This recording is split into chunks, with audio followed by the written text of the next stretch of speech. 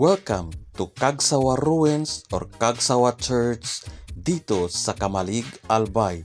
Atin na lang po makikita na ang lagayan na lang po ng kampana or bell ang natitira dahil natabunan po ito ng lava ng ating Mayon Volcano. Aking ipapakita yung before and after. Ang likod na yan po ang Mayon Volcano. Ngayon, aking ipapakita sa inyo ang lumang larawan or picture ng ating lumang simbahan. O ito na guys. At ito naman ang ngayon, after na nangyari. At ngayon naman, aking babasahin ang history o kasaysayan ng simbahang ito. Church of Cagsawa, the spiritual administration of Cagsawa from 1587 to 1596 was under the parish of Kamalig. An early church was born 25 of July 1636 by the Dutch who ransacked the towns bordering Legazpi Bay. This church, built after 1724 by Fray Francisco Blanco, OFM, was buried by the rocks of lava during the eruption of Mayon Volcano 1st of February 1814. The authorities of Cagsawa meeting at Ligao 6 of July 1814 decided to incorporate their town as part of Daraga. The first centenary of the destruction of the church was commemorated 1st February 1914 with a huge pilgrimage to the ruins where the High Mass was celebrated. O kayo nang bahala mag-intindi niyan guys. Binasa ko lang. Yan daw ang mga nakaraan sa simbahang ito.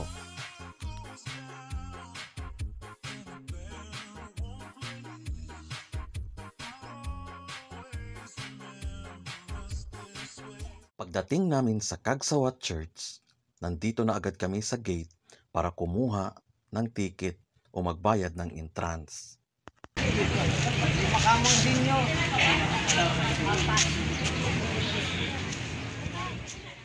Tadaan kami rito at aking ibabahagi sa inyo yung ganda sa loob dito sa Cagsawa Ruins o Cagsawa Church.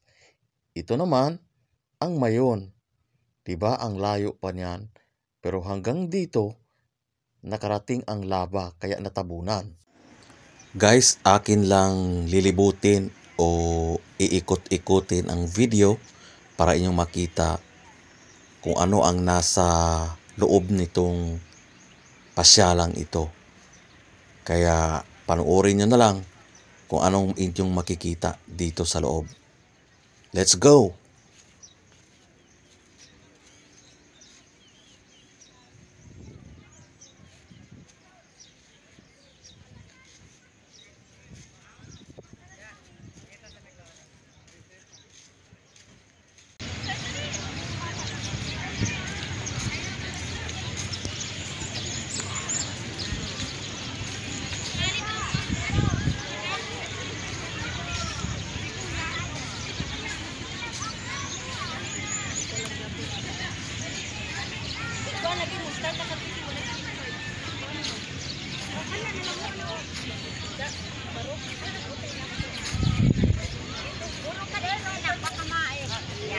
Para makita yung ano. 1,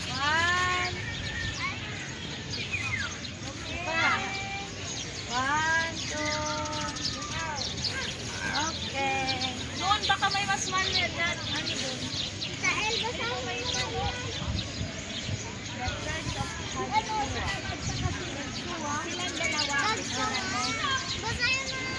dalawa. Hi guys, ito yung kainan dito. Papasyalan natin ang mga kumakain sa mga oras na to. Ayan sila, kumakain.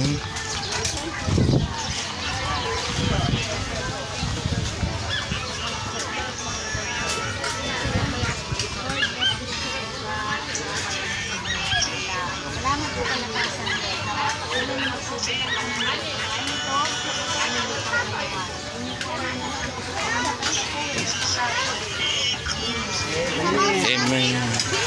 Kuya, Sige. picture mo muna yan para makarating ng Davao yan.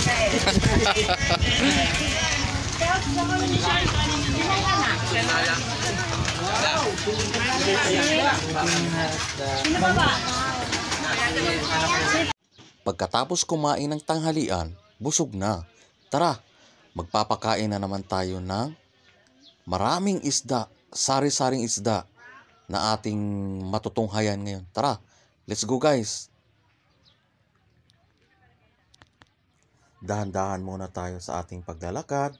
Yan, left, right, left, right, left, right, left, right, left, right.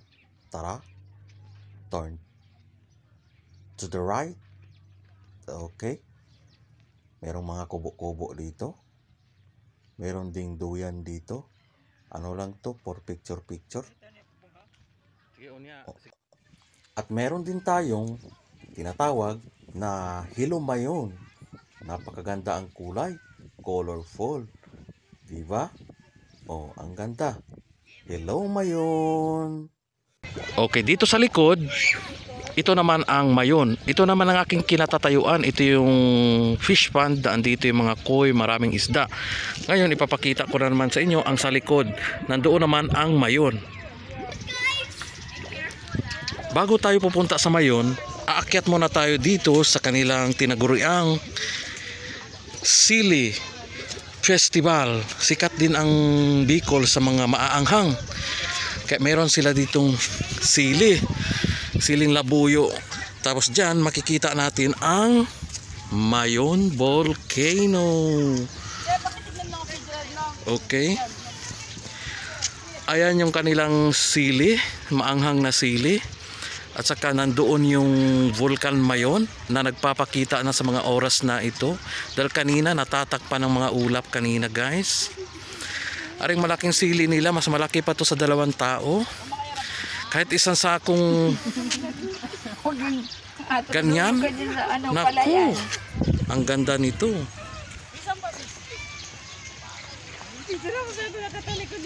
Hello. Hi.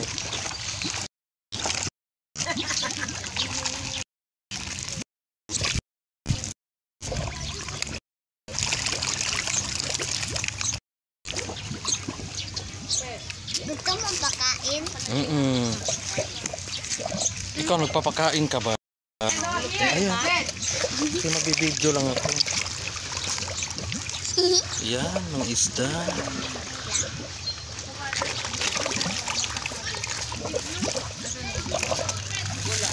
Kainin mo habang binibidyo ni Kuya. Para lalapit sila.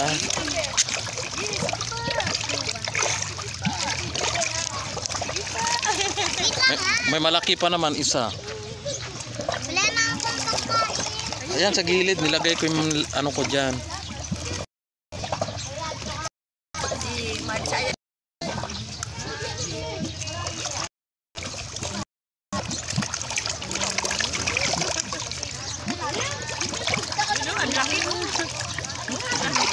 Ay, ayan. Sulit ang gala dito. Yung mga isda. Yan, paano mo lang ako? Yan. Kasi nag-iba para matutok ng mga tubong. Jesus.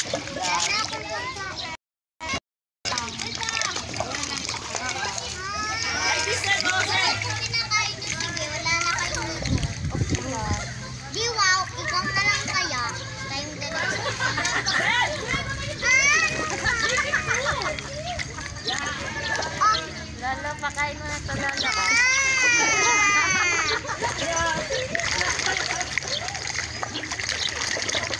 Dapat hindi ka na lang sinama?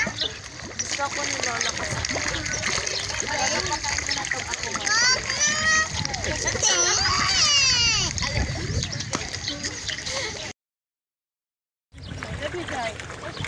No, okay. It's really food for them.